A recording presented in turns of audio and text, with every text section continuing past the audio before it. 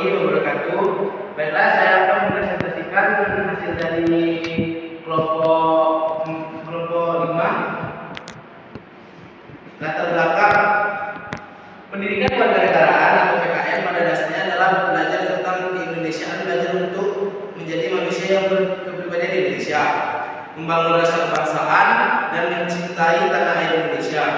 Oleh karena itu, seorang sarjana atau profesional sebagai bagian dari masyarakat Indonesia yang terdiri perlu memahami tentang Indonesia, memiliki kepribadian Indonesia, memiliki rasa kebangsaan Indonesia dan menjadi tanah air Indonesia. Tujuan yang pertama, mengetahui dan memahami konsep dan urgensi pendidikan kewarganegaraan dalam pencerdasan kehidupan bangsa. Yang kedua, mengetahui dan memahami alasan diperlukan pendidikan kewarganegaraan. Yang ketiga, mengetahui dan memahami sumber historis, sosiologis, dan politis tentang pendidikan kewarganegaraan di Indonesia. Yang keempat, mengetahui dan memahami argumen tentang dinamika dan tantangan pendidikan kewarganegaraan. Yang kelima, mengetahui dan memahami esensi dan urgensi pendidikan kewarganegaraan untuk masa depan. Selanjutnya, ada konsep dan urgensi pendidikan kewarganegaraan dalam pencerdasan kehidupan bangsa.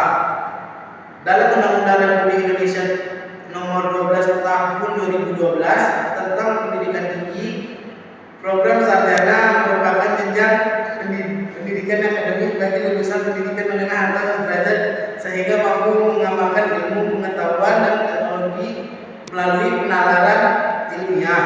Lulusan program sarjana diharapkan akan menjadi intelektual dan atau ilmuwan yang berbudaya, mampu memasuki dan atau menciptakan lapangan kerja serta mampu mengembangkan diri menjadi profesional. Selanjutnya, sumber pendidikan kewarganegaraan di Indonesia historis.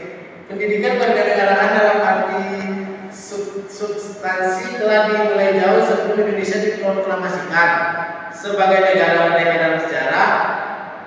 Kebangsaan Indonesia berdirinya di organisasi Budi Utomo tahun 1908 disepakati sebagai hari kebangkitan nasional. Karena pada saat itulah dalam diri bangsa Indonesia mulai tumbuh kesadaran sebagai bangsa walaupun belum menamakan Indonesia. Setelah berdiri Budi Utomo, berdiri pula organisasi pergerakan kebangsaan lainnya. Selanjutnya ada sosiologi.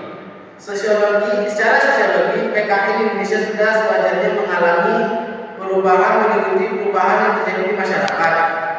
PKN Indonesia dilakukan pada tataran sosial kultural oleh para pemimpin di masyarakat yang mengajak untuk mencintai tanah air dan bangsa Indonesia. Pada saat permulaan atau awal kemerdekaan lebih banyak dilakukan pada tataran sosial kultural dan dilakukan oleh para pemimpin negara bangsa. Selanjutnya politis. Secara politis, PKN Indonesia akan terus mengalami perubahan sejalan dengan perubahan sistem ketatanegaraan dan pemerintahan, terutama perubahan konstitusi.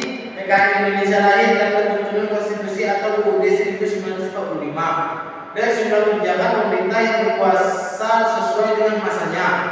Pada awal pemerintahan Orde Baru, kurikulum sekolah yang tercantum mata pelajaran pendidikan kewarganegaraan dalam mata pelajaran tersebut materi umum metode yang bersifat indoktrinatif dihilangkan dan diubah dengan materi dan metode pembelajaran baru yang dikelompokkan menjadi kelompok pembinaan jiwa Pancasila. Selanjutnya ada dinamika dan tantangan pendidikan kewarganegaraan. Yang pertama, pendidikan kewarganegaraan senantiasa menghadapi dinamika perubahan dalam sistem ketatanegaraan dan pemerintahan serta tantangan kehidupan berbangsa dan bernegara.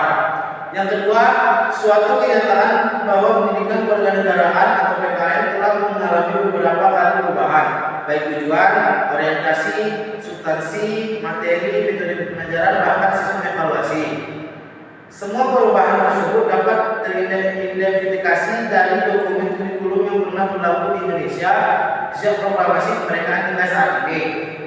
Selanjutnya, ada esensi dan urgensi kewarganegaraan depan. Nasib sebuah bangsa tidak ditentukan oleh bangsa lain, melainkan sangat tergantung pada kemampuan bangsa sendiri. Apakah Indonesia akan berjaya menjadi negara yang adil dan makmur di masa depan? Indonesia akan menjadi bangsa yang bermartabat dan dihormati oleh bangsa lain. Semuanya sangat tergantung pada bangsa Indonesia. Demikian pula untuk masa depan PKN sangat ditentukan oleh ekspektasi konstitusi negara dan bangsa Indonesia. PKN akan sangat dipengaruhi oleh konstitusi yang berlaku dan berkembang untuk kemajuan bangsa. Bahkan yang lebih penting lagi akan sangat ditentukan oleh pelaksanaan konstitusi yang berlaku. Sekian dari saya. Karena kalau sekian dari itu apa yang menjadi sangat mustahil dimiliki. Assalamualaikum warahmatullahi wabarakatuh.